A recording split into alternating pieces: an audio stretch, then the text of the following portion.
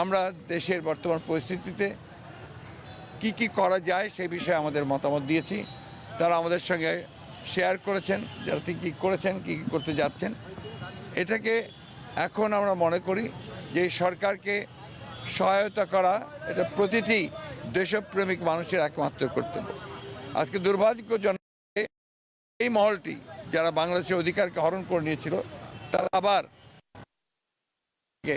এখান থেকে পালিয়ে গিয়ে ভারতে অবস্থান, সেখান থেকে বাংলাদেশের যে বিজয় হয়েছে জনগণের সেই বিজয়কে নস্যাৎ করার জন্য আবার চক্রান্ত শুরু করেছে।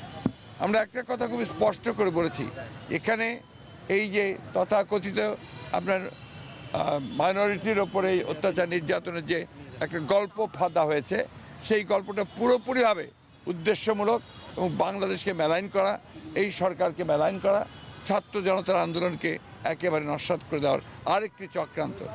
খুবই দুর্ভাগ্যজনক যে এত হত্যা, এত নির্যাতন, এত নিপীড়ন এবং এতগুলো ছাত্রকে হত্যা করা, শিশুকে হত্যা করার পরেও সেই দলটি আবারও তারা বিভিন্ন রকমভাবে কথা বলছে যা বাংলাদেশের মানুষের স্বার্থের বিরুদ্ধে।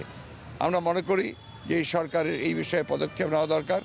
আমরা মনে করি যে সরকারের অবশ্যই সকল রাজনৈতিক দলের সঙ্গে কথা বলবেন, কিন্তু কোনো হত্যাকারীর সঙ্গে নয়।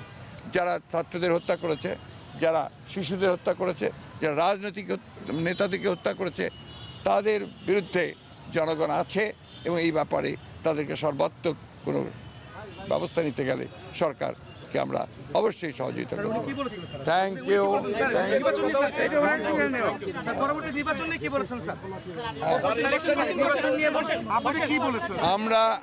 আমি একটা কথা বলি, নির্বাচন নিয়ে আমরা কোনো কথা বলিনি, কারণ আমরা বলেছি যে আগেও বলেছি, আপনাদেরকে জানেন যে একটা নির্দিষ্ট সময় লাগবেই এই আপনার নির্বাচনের জন্য উপযুক্ত পরিবেশ তৈরি করতে। আমরা তাদেরকে সেই সময়টি অবশ্যই দিয়েছি এবং আমরা তাদের সব বিষয়গুলোতে সমর্থন দিচ্ছি।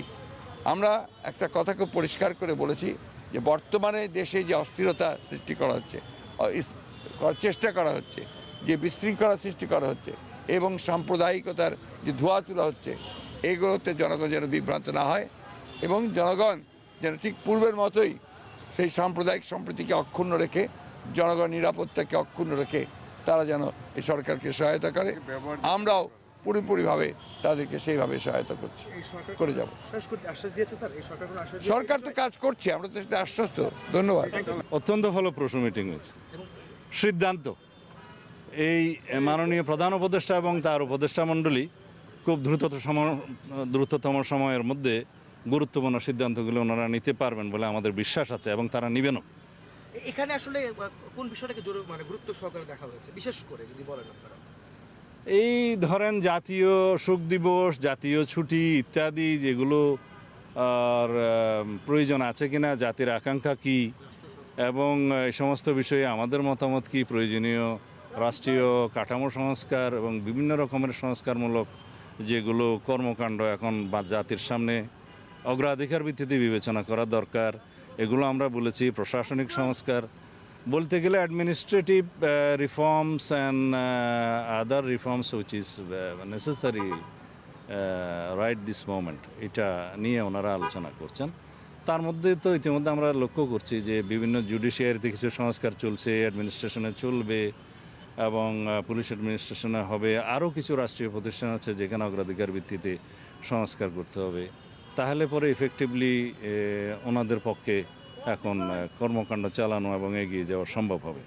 এখানে আমাদের ফ্যাসিবাদ বিরোধী সমস্ত রাজনৈতিক শক্তিসমূহের সহযোগিতা আমরা বজায় রাখবো, এই আশ্বাস আমরা দিচ্ছি। এখানে একটা বিষয় যে গত কয়েকদিন যাবৎ খুব অস্থিরতা চলছে এবং সামনের সম্ভাবনা আছে যে আরও অস্থির করে তোলার জন্য দেশকে, আসলে সেই বিষয়ে আলোচনা হয়েছে। যেহেতু সার্বিক বিষয়ে আলোচনা হয়েছে, আপনারা জানতে পারবেন। সার্বিক বিষয়ে আলোচনা হয়েছে। এখানে কিছু আভ্যন্তরীণ ষড়যন্ত্র হচ্ছে বাংলাদেশকে আবার একটি অস্থিতিশীল পরিস্থিতির মধ্যে নিয়ে আসার জন্য। আশা করি তারা সফল হবে না। আমরা সার্বতভাবে সহযোগিতা করব, সমগ্র দেশের জনগণ সেটা সহযোগিতা করবে। বাংলাদেশকে আরও অস্থিতিশীল করার জন্য কোনো আভ্যন্তরীণ এবং বহিঃশত্রু ষড়যন্ত্র এখানে আর কার্যকর হবে না, ইনশাআল্লাহ। চলো, থ্যাংক ইউ স্যার। ভাই রাখাও, যমুনা কই? আমারটা দিব না, আমারটা দিব না। আর দিয়ে দিচ্ছি আমি সব দিয়ে দিচ্ছি